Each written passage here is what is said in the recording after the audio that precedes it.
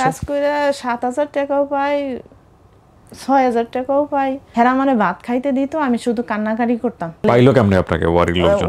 ওই যে আমি তার বাসায় সুডা কাজ করতাম। বাবার চেহারা মনে আসে, মায়ের চেহারা মনে আসে? বাপ মা জান নাই, তার দুনিয়াতে কিছুই নেই। মা হারানোর পর থেকে কাজ করে খাইতে খাইতে আমার জীবনটা চলে গেল স্যার। সন্তান হারিয়ে গিয়ে সন্তানের বর্তমান অবস্থা সন্তানকে রিসিভ করার ক্ষেত্রে অনেক সময় অনেক বড় ধরনের ইম্প্যাক্ট ফেলে। এটা আগলি ট্রুথ, নির্মম সত্য, ব্যাপারে কোনো সন্দেহ নাই। আসসালামু আলাইকুম প্রিয় দর্শক এবং শ্রোতা, আল্লাহ সর্ব অবস্থায় আমাদের সবার মঙ্গল করুন। সবসময়ের মতো সেই দোয়া এবং শুভকামনা জানিয়ে শুরু করছি আপন ঠিকানার আরও একটি বেসিক ভিডিও। যারা ভিডিওটি দেখছেন তাদের প্রতি আমাদের অনুরোধ, ভিডিওটি নিয়ে কাজ করুন। আপনার এই সামান্য প্রচেষ্টা হয়তোবা একটা মানুষের সারা জীবনের যে কষ্ট আছে সেটা ঘুচিয়ে দিতে পারে ইনশাল্লাহ। এবং আপন ঠিকানা মানেই হচ্ছে স্টুডিও অফ ক্রিয়েটিভ আর্টস লিমিটেডের সামাজিক যোগাযোগ মাধ্যমের জন্য নির্মিত অনুষ্ঠান, যেটার মাধ্যমে শত শত ছেলেমেয়ে যারা পরিবার থেকে বিভিন্ন কারণে বিচ্যুত হয়েছিলেন, 30, 35, 40 এমনকি 55 বছর বাংলাদেশের জন্মের আগের ইতিহাস, আগের সময় হারিয়েছে, সেই রকম দু একটা কেসও আমরা সফল করতে পেরেছি আলহামদুলিল্লাহ। এবং আমরা খুব শীঘ্রই হয়তো 500টা সাকসেস স্টোরি পূরণ করে ফেলবো নাম্বারের দিক থেকে। আমরা প্রায় 800-র মতো ছেলেমেয়েদেরকে নিয়ে কাজ করেছি, 800 থেকে 900। সবাইকে যে সফলতার জায়গাতে আমরা নিতে পেরেছি বিষয়টা এরকম নয়। হ্যাঁ, যদি এরকম হতো যে আমরা 600 জন নিয়ে কাজ করেছি, 500টা সফল হয়েছে, এটা শুনতে অনেক ভালো লাগে। এবং এই রকমের স্ট্র্যাটেজি আমার ছিল প্রথম দিকে, বিশেষ করে লস্ট অ্যান্ড ফাউন্ড যখন আমরা করতাম। লস্ট অ্যান্ড ফাউন্ডে আমি বোধহয় 46টার মতো এপিসোড করেছি, সেখানে 30টার মতো সফল, আরও বেশি 2-3টা আমি ডিক্লেয়ার করি নাই, কিন্তু আমি জানি সেগুলো সফল। তো এই যে রেশিওটা, মানে 42টার মধ্যে 30টা সফল, এটা কিন্তু আমি প্রথম থেকেই আমি বুঝতে পারতাম যে কোন স্টোরিগুলো মানুষ দেখবে, কোন স্টোরিগুলো সফল হওয়ার সম্ভাবনা আছে, সেগুলো নিয়ে কাজ করা। কিন্তু এক পর্যায়ে আমার কাছে মনে হয়েছে এটা চূড়ান্তভাবে অমানবিক হচ্ছে। কারণটা হচ্ছে, আমি যদি শুধুমাত্র অনুষ্ঠানের পপুলারিটি চিন্তা করি, কন্টেন্ট কোনটা দেখবে কোনটা দেখবেন এটা চিন্তা করি, তাহলে এটা যে একটা মানবিক কাজ, সেই জায়গাটা থেকে আমি বের হয়ে আসতে পারলাম না। এটা ঠিক যে প্রাথমিক পর্যায়ে আমার ওটা মনে হলেও আমি প্রাথমিক পর্যায়ে ওই স্টেপটা নিইনি। যখন আপন ঠিকানা একেবারেই বাংলাদেশের যারা সোশ্যাল মিডিয়াতে আছেন মোটামুটি জেনে গেছেন যে আপন ঠিকানা নামে একটা অনুষ্ঠান হয় যেখানে হারিয়ে যাওয়া মানুষজন পরিবার ফিরে পায়, তখন এক পর্যায়ে গিয়ে আমি স্টেপটা নিই যে ঠিক আছে, বাবা মায়ের নাম জানে এরকম ছেলেমেয়েদেরকেও আমাদের এখানে আমি নিয়ে কাজ করব। খুব বেশি যে সফল হতে পেরেছি তা না, বাট আমি 100টা প্রচার করার পরেও যদি 2জন পেয়ে থাকে, তাহলে এই 2জনকে তো অন্তত পরিবারের কাছে ফেরাতে পেরেছি। সো এই জায়গাটা থেকে আমাদের আসলে রেশিওটা খানিকটা 50-50 হয়ে গেছে, যে আমরা 800-900 কেস নিয়ে স্টাডি করেছি, সেখানে 500-র মতো সফল, 60-40 আমি বলবো। তো এই কারণেই রেশিওটা এরকম। আদারওয়াইজ আমি হয়তো ওই কেটে কুটে 600টা প্রচার করতাম, সেখানে বলতাম 500টা সফল হয়েছে, কিন্তু আমি সেটা করিনি। কারণ আমার কাছে মনে হয়েছে শুধুমাত্র এটা একটা অনুষ্ঠান নয়, এটা একটা সামাজিক দায়িত্ব। আলহামদুলিল্লাহ আল্লাহ আমাদেরকে দিয়ে করাচ্ছেন। তো সেই জায়গা থেকে আমি বলবো আপনাদের সবাইকে একটু ভিডিওটা নিয়ে কাজ করবেন। এবং যে বোনটি আজকে এখানে এসছেন, তিনি হয়তোবা তার পরিবারের কাছে ফিরে যাবেন এই ভিডিওর মাধ্যমে। আর যদি আপনি পরিবার থেকে হারিয়ে গিয়ে থাকেন, আপনি চাইলে আমাদেরকে ফোন করতে পারেন, আমাদের ফেসবুকে ইনবক্সে টেক্সট করতে পারেন, এছাড়াও আপনি চাইলে আমাদেরকে মেইল করতে পারেন। সব কিছুই কিন্তু আমাদের ভিডিওর কোনাতে দেয়া আছে।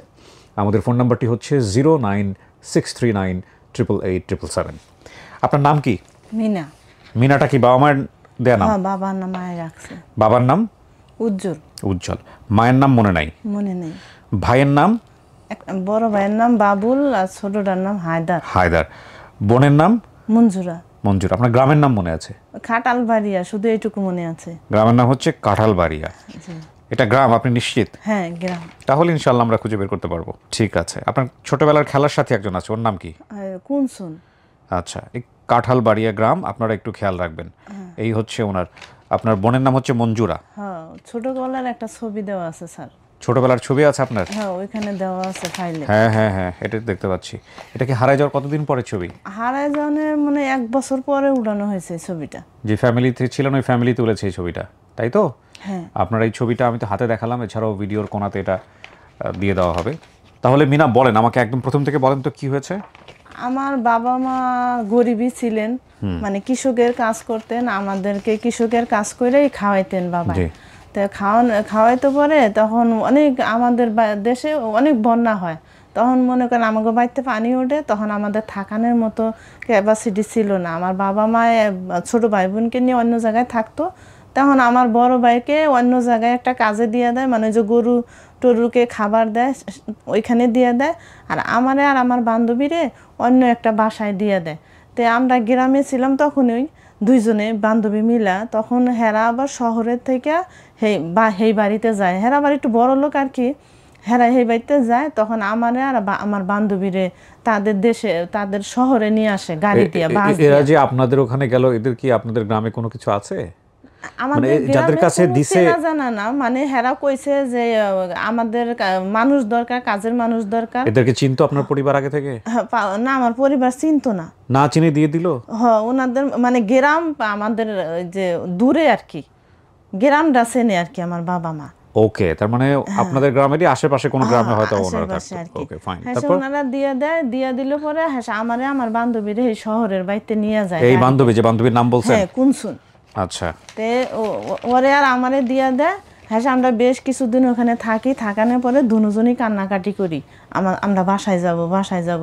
তখন করলো কি, আমারে থুইয়া আমি ঘুমাইছি, হ্যাঁ আমারে থুইয়া আমার বান্ধবীরে উনি বাসায় পৌঁছায় দিয়ে আসছে যাইয়া। বাসায় মানে কি বাড়িতে দিয়ে আসছে? বাড়িতে পৌঁছায় দিয়ে আসছে।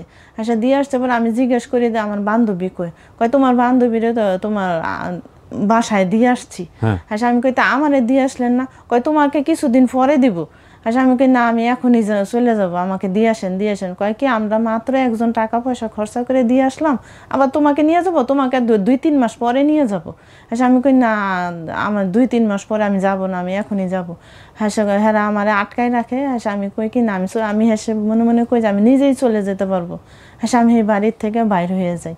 বাইর হয়ে যাওয়ানোর পরে আপনার আমি কিছুদিন অন্য অন্য জায়গায় থাকি। সেই যে সব জায়গা আমার কাছে ভালো লাগে না, আমি ওখান থেকে চলে আসি বাসা থেকে চলে এসে আপনার ওয়ারিতে আমি পৌঁছাই। ওয়ারিতে পৌঁছানোর পরে আমারে ছোটকালের থেকে পাইলো কেমনে আপনাকে ওয়ারির লোকজন? ওয়ারিতে ডিস্ট্রিক্টে পাইছে, সিঁড়ির গোড়ায় আমি তাদের সিঁড়িতে বসে বসে কান্না করতেছিলাম। আচ্ছা। কান্না করার পরে আমারে নিয়ে গেছে উপরে। হেরা নেওয়ানোর পর থেকেই তারা আমাকে পালানোর পরে আপনার তখন আমি তাদেরকে আমার মনের কথা বলি নাই। হেরা মানে ভাত খাইতে দিত, আমি শুধু কান্নাকারি করতাম ভাত নিয়ে, যে বাবা মার কাছে পৌঁছাইতে পারলাম না, এই ভাত খাবো, কি করে খাবো। আমি ভাতটা নিয়ে অনেক কান্নাকারি করতাম, তবু আমি তাদেরকে কোনো সময় বলি নাই যে আমার বাবা মা কই, আমি বাবা মাকে পাচ্ছি না। আমি ওনারা নাম টাম কিছু জিজ্ঞেস করে নাই নিজের থেকে, আমিও কিছু বলি নাই স্যার। আমি এরকম বড় হয়েছি। আমার সোনার গায়ে বিয়ে দিছে।